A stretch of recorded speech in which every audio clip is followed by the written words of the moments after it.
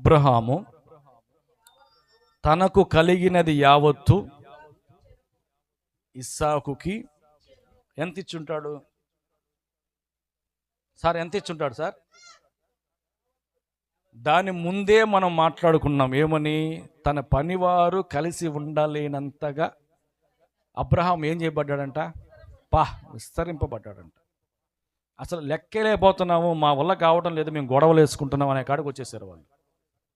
ఇప్పుడు అబ్రహాముకి కలిగినది యావత్తు ఇస్సాకుకి దేవుడు ఇచ్చాడు, తన తండ్రి ఇచ్చాడు.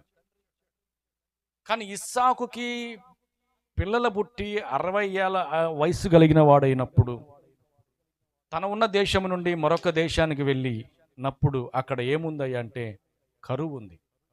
ఏముంది మరి? ఇదంతా కూడా ఏమైపోయింది? అబ్రహాము తనకిచ్చినదంతా కూడా ఏమైపోయింది సార్? ఏమైపోయింది సార్? మళ్ళీ దేవుడు ఇస్సాకుతో ఏమంటున్నాడు తెలుసా? 26వ అధ్యాయం 4వ మాట, ఏలయనగా నీకును నీ సంతానమునకు ఈ దేశములన్నీ ఇచ్చి నీ తండ్రి అయిన అబ్రహాముతో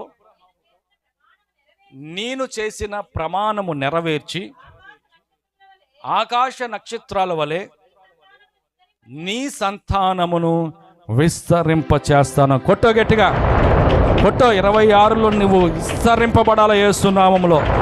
అసహ్యపడునంతగా నీ బంధువులు, రక్త సంబంధులు, నిన్ను చీ అన్న వాళ్ళు, పో అన్న వాళ్ళంతా కూడా అసహ్యపడేటంతగా నా ప్రభు నిన్ను విస్తరింప చేయబోతున్నాడు. ఆమేన్, హల్లెలూయా. ఇస్సాకు కూడా కరువు తప్పలేదు. ఇస్సాకు కూడా అదే నువ్వు అర్థం చేసుకోవాల్సింది. అబ్రహాము కాలంలో ధనవంతుడు, ఇస్సాకుకి సమస్తం ఇచ్చాడంట. ఇస్సాకు కాలంకి వచ్చే కొద్దీ బియ్యానికి కూడా లేకుండా పోయినాయి. మరొక మాట చెప్పమంటారా? యేసుక్రీస్తు వారి వంశావళి ఏది? దావీదెవరు సార్? దావీదెవరు సార్? రాజు. దావీదెవరు? రాజు అండి. వాళ్ళ వంశావళి ఏమిటి? రాజుల వంశావళి. కానీ యేసుక్రీస్తు వారు తండ్రి ఎవరు? వడ్రంగి. ఆయన పేరేమిటి?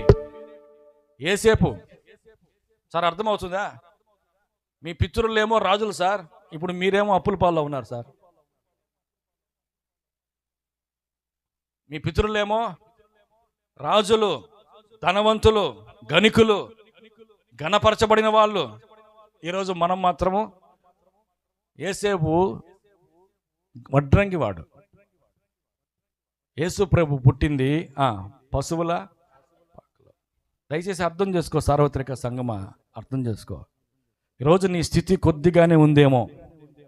26లో గుర్తుపెట్టుకో, ఏం చేయబోతున్నాడో, ఎలా చేయబోతున్నాడో, ఎలా జరిగించబోతున్నాడో. ఇది ఎలాగ జరుగును? కృప వలన జరగబోతుంది. కృప వలన జరగబోతుంది. తిరిగి మళ్ళీ అబ్రహాముకు చేసిన ప్రమాణము నా దేవుడు జ్ఞాపకము చేసుకుని నిన్ను దీవించి ఆశీర్వదించునుగాక. ఆమేన్, హల్లెలూయా.